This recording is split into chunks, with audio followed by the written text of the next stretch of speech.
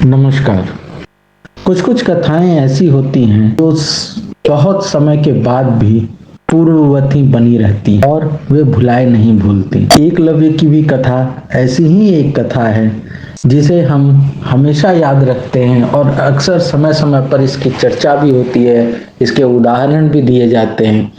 और फिर चाहे वह शिक्षक दिवस की बात हो या किसी विद्यार्थी का एक्स्ट्राऑर्डिनरी परफॉर्म करना हो, तो एकलव्य की बात आ ही जाती। एकलव्य की कथा महाभारत की कथा है और हम आज एकलव्य की कथा को महाभारत में किस प्रकार और कहाँ कैसा बताया गया है उसको संपूर्ण रूप से समझने का प्रयास करेंगे और फिर हम अपने किसी निर्णय पर पहुंचेंगे कि यह जो उदाहरण प्रस्तुत किया गया महाभारत में, इसका क्या ध्येय था या इससे हम क्या निष्कर्ष निकाल सकते। तो बात ऐसी होती है कि द्रुपद द्वारा अपमानित गुरुद्रोण हस्तिनापुर आते हैं और वे भीष्म से मिलते हैं।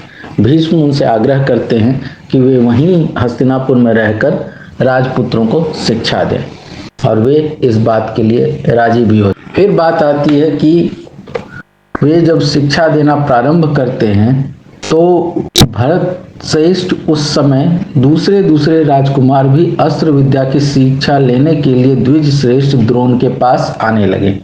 ये संभव पर्व में कथा आती है जहाँ बताया गया है कि द्रोण जब वहाँ पर गुरु बन जाते हैं हस्तिनापुर में, तो वहाँ उनसे प्रभावित या उनके बारे में जानकर बहुत से लोग अपने बच्चों को वहाँ शिक्षा के लिए भेजने लगते हैं। इसी क्रम में सूतपुत्र कर्ण और वृष्णिवंशी तथा अंधक वंशी क्षत्रिय नाना देशों के राजकुमार और सूतपुत्र कर्ण भी, ये सभी आचार्य द्रोण के पास शिक्षा ग्रहण करने के लिए आते हैं। अब यहाँ यह बात नहीं आई कि उन्होंने सूतपुत्र कर्ण को सूत होने के कारण से शिक्षा नहीं दी। यहाँ कहा गया है कि सूतपुत्र कर्ण सदा अर्जुन से लाग और डांट रखता था, मतलब वह अर्जुन को पसंद नहीं करता था, वैर भाव रखता था और अत्यंत अमर्ष में भरकर दुर्योधन का सहारा ले पांडवों का अपमान किया करता था। कौन? तो सूतपुत्र कर्ण।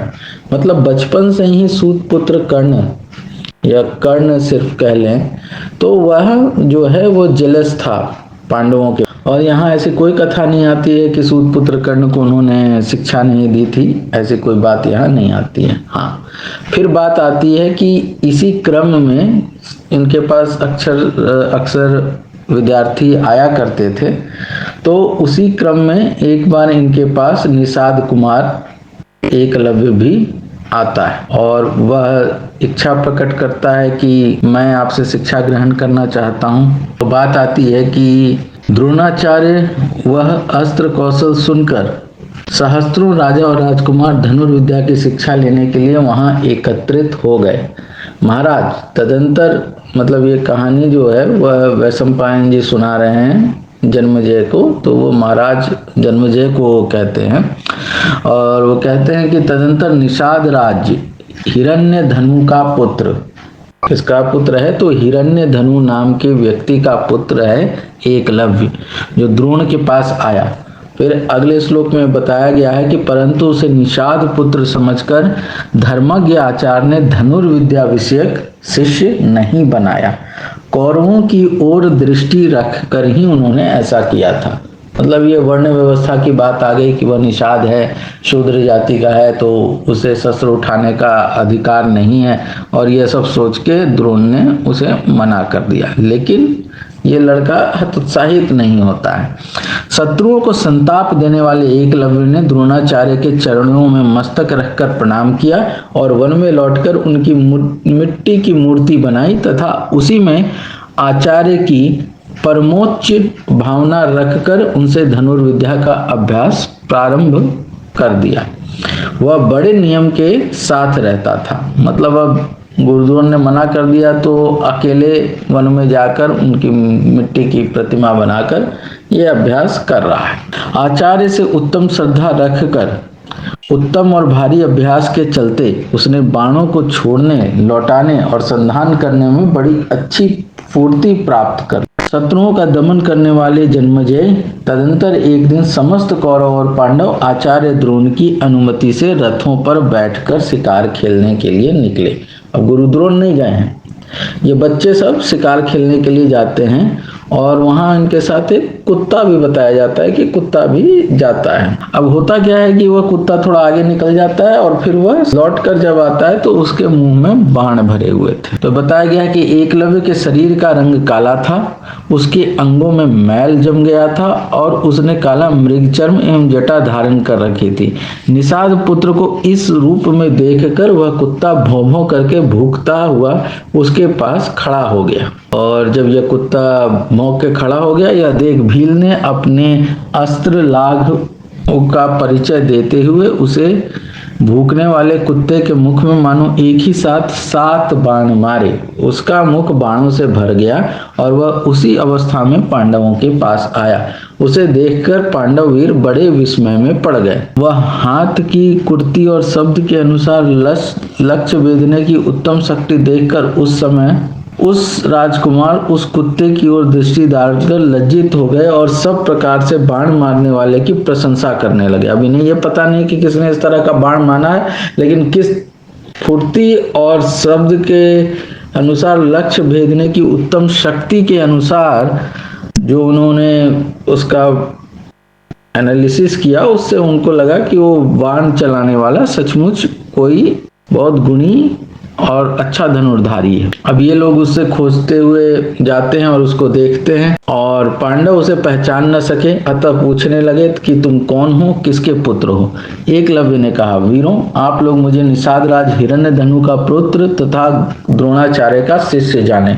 मैं धनुर्वेद में विशेष परिश्रमता हूँ। राजन, वे पांडव लोग उस निषाद का यथार्थ परिचय पाकर लौट आए और वन में जो अद्भुत घटना घटी थी वह सब उन्होंने द्रोणाचार्य से कह सुनाई।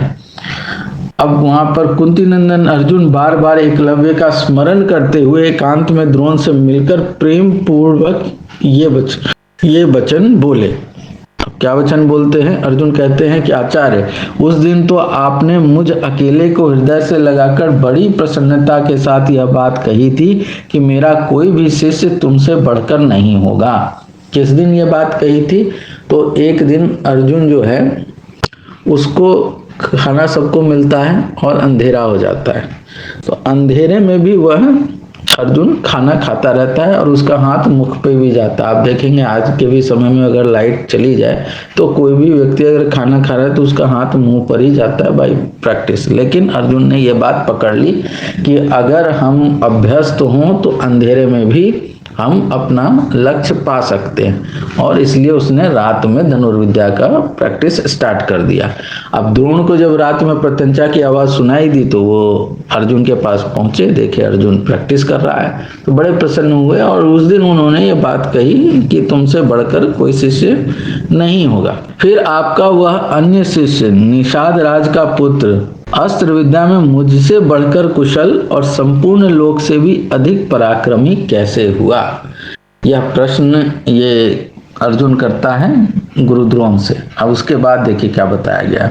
आचार्य द्रोण उस निषाद पुत्र के विषय में 2 घड़ी तक मानो कुछ सोचते विचारते रहे। फिर कुछ निश्चय करके वे सव्यसाची अर्जुन को साथ ले उसके पास गए। किसके पास गए? तो ये एकलव्य के पास गए। और एकलव्य के पास जाने के बाद ये क्या कहते हैं, वहां पहुंचकर इन्होंने एकलव्य को देखा जो हाथ में धनुष ले निरंतर बाणों की वर्षा कर रहा था। उसके शरीर पर मैल जम गया था, उसने सिर पर जटा धारण कर रखी थी और वस्त्र के स्थान पर चिथड़े लपेट रखे थे। इधर एकलव्य ने आचार्य द्रोण को समीप आते देख आगे बढ़कर उनकी अगवानी की और उनके दोनों चरण पकड़कर पृथ्वी पर माथा टेक दिया। फिर उस निषाद कुमार ने अपने को शिष्य रूप से उनके चरणों में समर्पित करके गुरु द्रोण की विधि पूर्वक पूजा की और हाथ जोड़कर उनके सामने खड़ा हो गया। राजन, तब द्रोणाचार्य ने एकलव्य से यह बात कही, वीर, यदि तुम मेरे शिष्य हो तो मुझे गुरु दक्षिणा दो। यह सुनकर एकलव्य बहुत प्रसन्न हुआ और इस प्रकार बोला, भगवान, मैं आपको क्या दूं? स्वयं गुरुदेव ही मुझे इसके लिए आज्ञा दें। ब्रह्मवेत्ताओं में श्रेष्ठ आचार्य, मेरे पास ऐसी कोई वस्तु नहीं जो गुरु के लिए अदेय हो। तब द्रोणाचार्य कहते हैं कि तुम मुझे दाहिने हाथ का अंगूठा दे दो।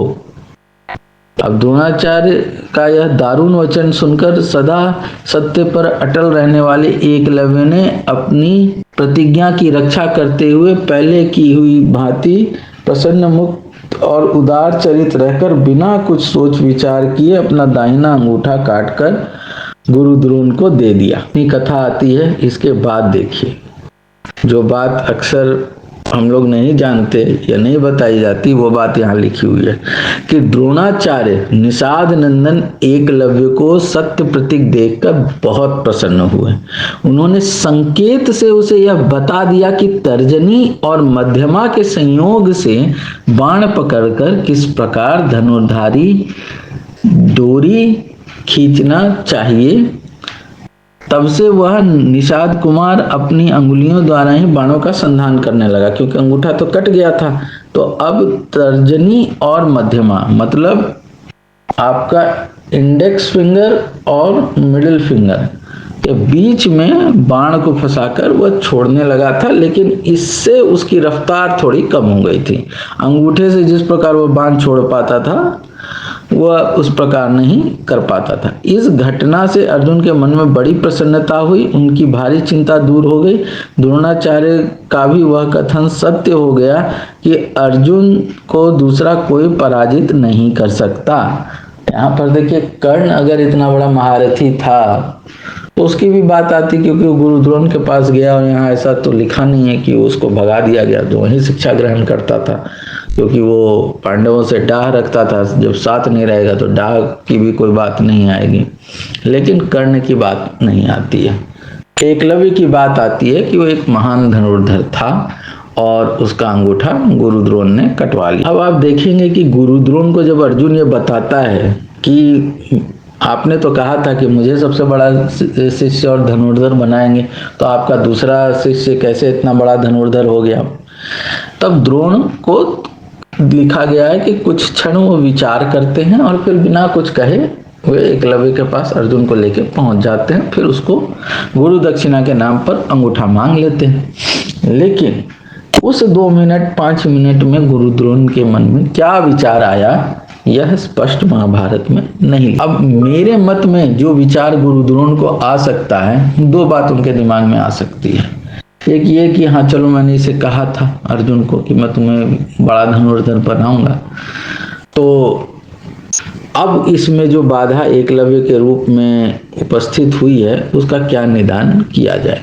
दूसरी बात कि जिसे उन्होंने मना कर दिया था कि मैं तुम्हें शिक्षा नहीं दूंगा, और वह व्यक्ति उनकी मूर्ति बनाकर इतनी कठिन तपस्या कर रहा है, इतना धनुर्विद्या का अभ्यास कर रहा है कि अर्जुन जैसा व्यक्ति, धनुर्विद्या का अभ्यासी व्यक्ति भी घबरा रहा है और कह रहा है कि यह मुझसे बेहतर हो गया। इसके उपाय के रूप में उन्होंने एकलव्य का अंगूठा कटवाकर शायद एकलव्य को यह प्रमाण दे दिया कि तुम सबसे बड़े धनुर्धर हो, क्योंकि इस घटना के अलावा शायद ही किसी को यह याद हो कि एकलव्य कौन था, क्या था और उसने क्या क्या किया। हम इस घटना को यदि हटा दें तो बाकी एकलव्य के बारे में कोई बहुत विशेष जानकारी हमको नहीं मिलती।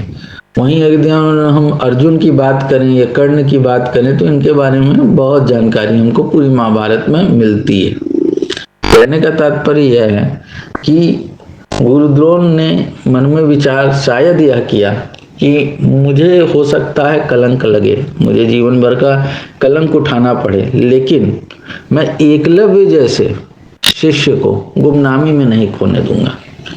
और साथ ही जो उन्होंने अर्जुन से बात कही थी मैं उसको भी मिथ्या नहीं होने दूंगा। और इन दोनों की बातों को सत्य करने के लिए उन्होंने इतना कठिन निर्णय और इतनी मुश्किल गुरु दक्षिणा एकलव्य से ली और एकलव्य को अमर कर दिया हमेशा हमेशा के लिए एक गुरु के रूप में। तो कई बार इस प्रसंग को लेकर गुरु द्रोण की या शिक्षकों की निंदा भी होती है कि गुरु दक्षिणा के नाम पर क्या क्या मांग लेते हैं ये लोग, लेकिन वास्तव में गुरु दक्षिणा के नाम पर एक अंगूठा मांग कर द्रोण ने अपने ऊपर तो जीवन भर का कलंक लिया, लेकिन उन्होंने अमरत्व का वरदान, या यूं कहें कि एकलव्य को अमर कर दिया इतिहास में। आप देखेंगे कि पहले अमरता का वरदान मांगते थे, कोई भी राक्षस या कोई भी मनुष्य इस तरह के तपस्या घोर करता, भगवान प्रकट होते तो अमरता का वरदान मांगते थे। भगवान सब मना कर देते थे कि अमरता का वरदान नहीं दिया जा सकता, लेकिन एक गुरु ही ऐसा हो सकता है जो अमरता का वरदान दे सकता है। और द्रोण ने एकलव्य को उस अमरता का वरदान दिया कि तुम सर्वश्रेष्ठ धनुर्धर हो, इसलिए तुम्हारे हाथ का अंगूठा मैं गुरु दक्षिणा के रूप में मांग रहा हूँ। साथ ही उन्होंने अर्जुन को दिया हुआ वचन भी पूरा किया, क्योंकि इसके बाद एकलव्य सर्वश्रेष्ठ धनुर्धर तो नहीं रह गया।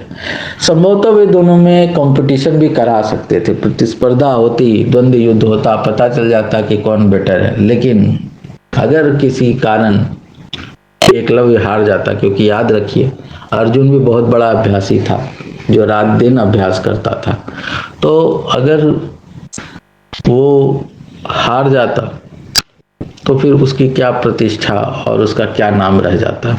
इसलिए बिना परीक्षा के ही गुरु द्रोण ने एकलव्य को यह सर्टिफिकेट दे दिया, यह प्रमाण दे दिया कि तुम सर्वश्रेष्ठ धनुर्धर हो, और साथ ही अपने वचन का भी मान रख लिया जो उन्होंने अर्जुन को दिया था।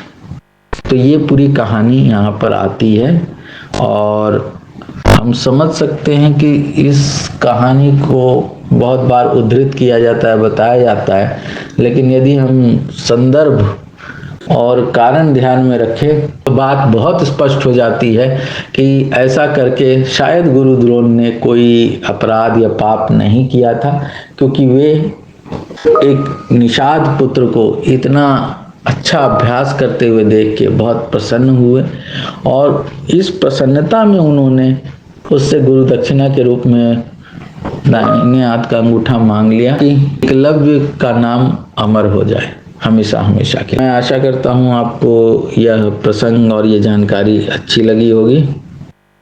बहुत बहुत धन्यवाद।